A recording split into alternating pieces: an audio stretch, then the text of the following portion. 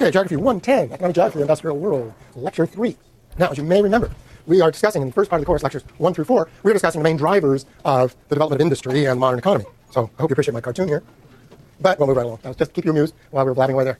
Okay, so today's technology, we did the market, we did industrialization. Now we're going to do technology, which is kind of like industrialization, but not quite. And then next on Thursday, we do capital, which is kind of like the market, but not. So, and of course, these things all get confused, and that's why I'm trying to pull them apart so you can see the differences more clearly. And this, without this kind of foundation, it's very hard to discuss economics at all, in my humble view. But of course, conventional economics just starts with the market and rarely gets any farther, which is why it doesn't have much to say. Okay, our 4 keys today are, no, 4, yes. Technology and industrialization. Technology is behind industrialization. It is the capability of doing those wonderful things that industry does. And we'll talk more about what that means. It is the genie in the machine, as it were. And technical progress, the development of technical progress is a very uncertain process. A lot of people have talked about it. Nobody's got it down to a formula. Nobody knows exactly how to do it. It comes in many forms. We'll talk a little bit about that, though, of course, there's much more that could be said. And there is this element of serendipity, this element of chance and luck, despite the fact that in general technology is advancing. We know that we've unleashed the genie in the bottle, as the human race has in modern times. There's no putting it back. But where it's going to come down, who it's going to touch, who it's going to bless, is always somewhat unknown. And if it were known, I'd be a consultant and make millions of dollars. How the economy drives technology. So the economy drives technical change as absorption technical change in industry. It does so through market signals, through competition, through investment, and a little bit of luck. Conversely, modern technology drives the economy. And of course, this is a big puzzle, like which drives which. And there are some people who just take technology as a sort of deus ex machina. It just lightning strikes us and off we go. And that science and tech are kind of an independent thing completely from the economy, but that's not true. The economy drives modern technology and has done for a very long time. Now, there's lots of technology outside the economy. There are other drivers of the search for truth and all that. But the main driver is the economy, has been the economy. And so everyone every economic actor, corporate CEO, corporate research director, state planning director, city, mayor, and national departments of defense and treasury and industry are all trying to unlock this genie in one way or another. Okay, so we'll start off with what is technology, then talk about what is technical progress, talk about economy and technology, and then technological strategy by firms and countries. Okay, so we'll start with what is technology. So first of all, what's the difference between knowledge and technology, then what's industrial technology, and then what is high tech? Because we sure use that term very often and very loosely. Okay, knowledge is what we know about the world. It's everything you might learn in this classroom, most of which, of course, will be useless to us. But there may be some gems that will be applied later on. And that would make it a kind of technology if you can use it, if you can apply it to some task. Then knowledge becomes involved as technology. And knowledge obviously grows along with technique. The new knowledge leads to experimentation with new technologies, but also new technologies lead to new questions. And there's a feedback, and always been a feedback from industry. The laws of thermodynamics came about because somebody started thinking about, what's his name? Can't remember who came up with the laws of thermodynamics. One of you should know this. Ooh, no. It's in the early 19th century. Shoot. Anyway, basic laws of conservation of energy and all that come from looking closely at why steam engines work. Even today, things like aeronautics and hydraulics often come from questions about, well, how do dams actually function? How is erosion proceeding downstream from a dam, which leads to investigations in hydraulics, which can lead to new insights in the science of hydrology, of geomorphology, and so on. And individual social knowledge, I'll go back and forth on this, grow in tandem. Okay, science, what we call knowledge and science. Science is formalized, a certain kind of formalized knowledge. Science is not all knowledge. Science is a very particular kind of knowledge that comes through a set of protocols, agreed upon protocols about openness, experimentation, that is testing results, comparing results. It's all about, it's essential, this idea that it is a social process and that people interact. It isn't just about being first to the post. Though scientists, like other people, compete, do funny things, hide data, make up data occasionally. But by and large, they don't. And that's why science has made so much progress in modern times. Now, science does leak out to the public. It does leak out to industry. We all pick it up over time. I mean, even The Economist, which is a journal for business people, has a science part at the back to tell you what's latest in kind of nanotech, robots, studies of speciation or extinction or whatever it is. But science is not technology. They are not equate, and this is a common error, which I'll come back to several times. What technology is what Americans, a nice word we have, know-how, which is practical knowledge. And it's the capacity you have for action to actually do things. And of course, the things you're doing, mostly, my last point here, tech is not all industrial. It isn't. I mean, there's a technology of, what can we think about a technology? I mean, you could think of something like football strategy as a technology. I mean, it's a strategy for doing, and if it works, if you're Bill Walsh and you come up with the West Coast offense, it actually works, and that's why everybody uses it now in most professional football, because it actually worked. So it was a kind of a technology. But it's not an industrial technology, unless you call football an industry, which of course it is kind of. But generally, when we talk about industry, we're thinking of making pens and pencils or keyboards or something like that. So tech is kind of anything you can do, but we tend to think technology is the practical art of transforming nature in industry to produce goods. Okay? And it's embodied. Technology gets embodied in the things we do. Okay? A chair is a very simple technology, right? It allows you to kind of sit up in a simple way. So we don't think too much of that. Don't even think of it as a technology. Okay? But if I have this little microphone here, it has a technology embedded in it.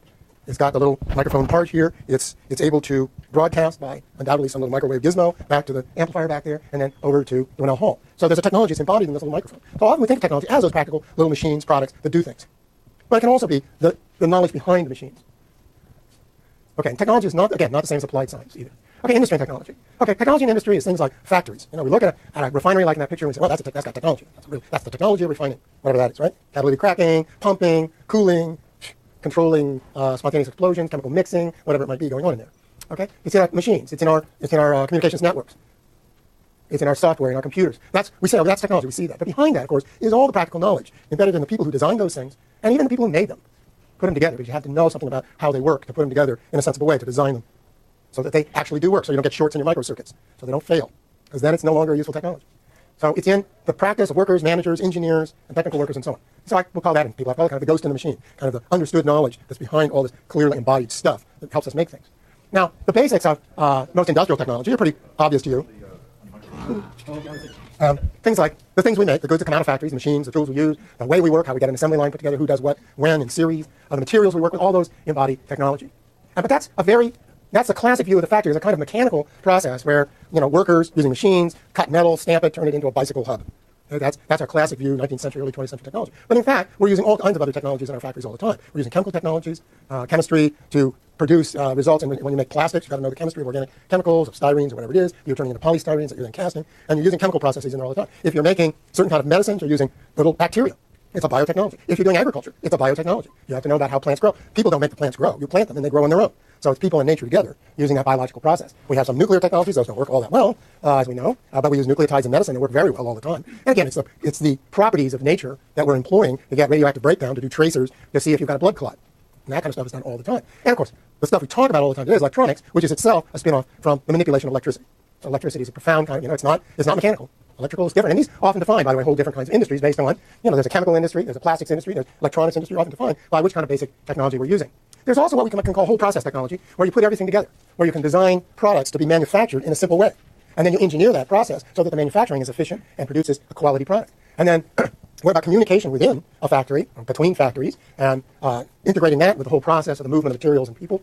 And then you have to control. We now use computers a lot for controls, although there are a lot of simple valves and other kind of feedback controls we use. So it's all kind of whole process technologies that go beyond just having a good stamping machine. And, of course, along with those go certain kinds of collective labor and certain kinds of divisions of labor about who does exactly what within the overall process. So technology isn't just chemistry. It isn't just an assembly line. It can be very complicated whole processes. We'll later on talk about how industry either comes together in complexes or divisions, spatial divisions of labor all over the world that bring different parts of this whole process together into one final product. But right now, we have to understand that there are those kind of whole processes that are essential to technology. Now, different industries, as I started to say before, okay, I had a slide on it, my bad.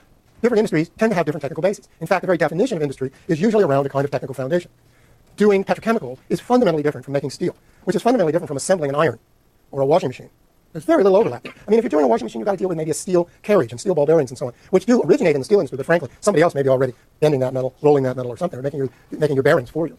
And but then there are other things that we tend not to think of as highly technical. But flipping a hamburger down at McDonald's is a particular kind of technology of how to run meat through, get it fried quickly, and get it out to the customer rapidly. And that's a definite technology of cooking. Now, it's not very high tech, but boy, you can do it at a very high level.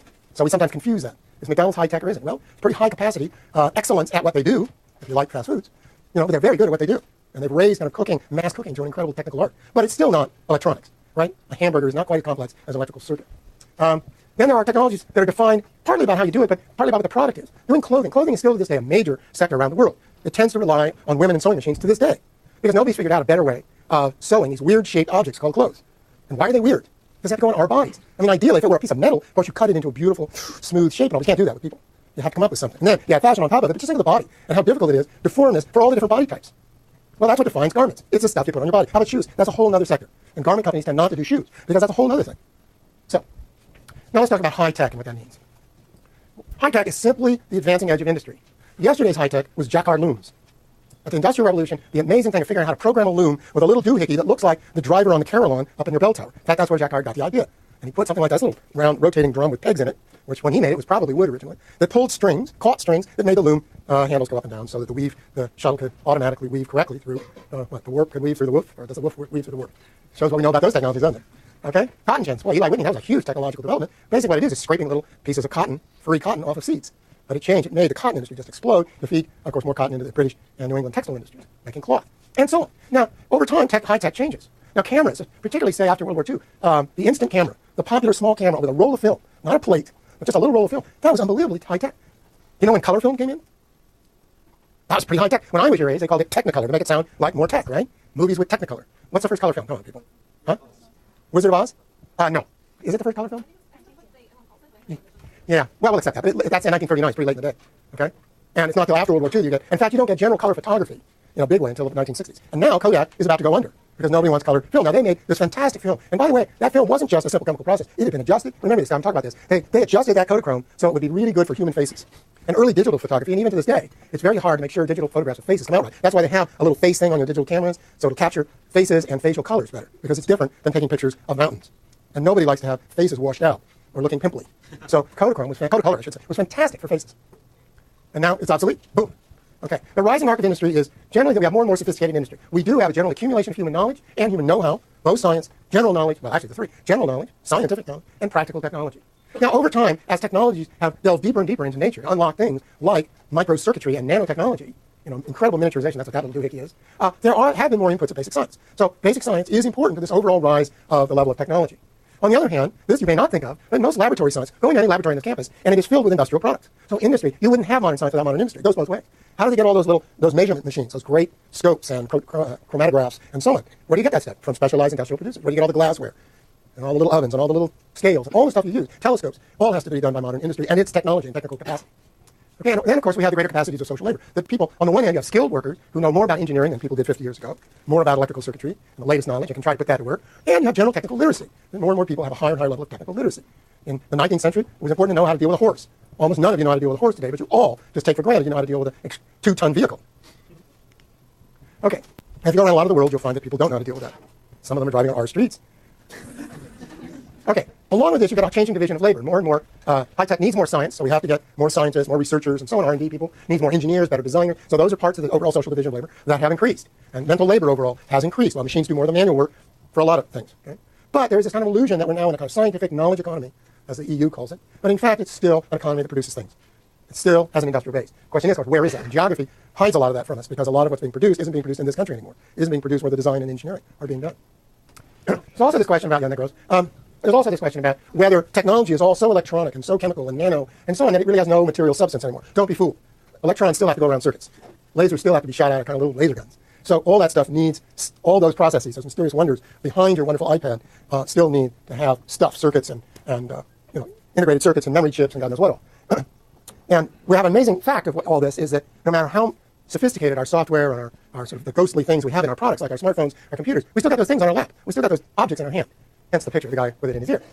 Okay, technical progress. I gotta keep moving here. Okay, industrial progress. Sources of innovation and whose technology. Okay, progress, industrial progress and technological progress takes place on many fronts. And I mentioned this in industrialization. I'll mention it again here, because some redundancy is a good thing. Product improvement. So you get things that work better, things that do more things for you. Process improvement. Better machinery, better controls, better organized work. These are all ways in which industry technical progress appears. Materials improvement. We never think of that. Some of the most important developments of our time are in materials. And nanotechnology is a technology about materials. Also, to some degree, about little mini machines. And it can even be used in things like medicine. But basically, it's about making certain kinds of materials. So, and biotech is about making organisms which will do things for us. Okay, they're not machines. They're little organic machines that we use. And we make them better so they'll crank out some kind of insulin or something that we want as a medical product. Now, there are advances on all these fronts in industry. But sometimes there's an advance which is so profound that it starts to affect all different industries. Despite the differences between sectors, there are certain what have been called base technologies by a guy named Nathan Rosenberg, an economic historian, that go back all the way to the Industrial Revolution. One that you might say be the steam engine.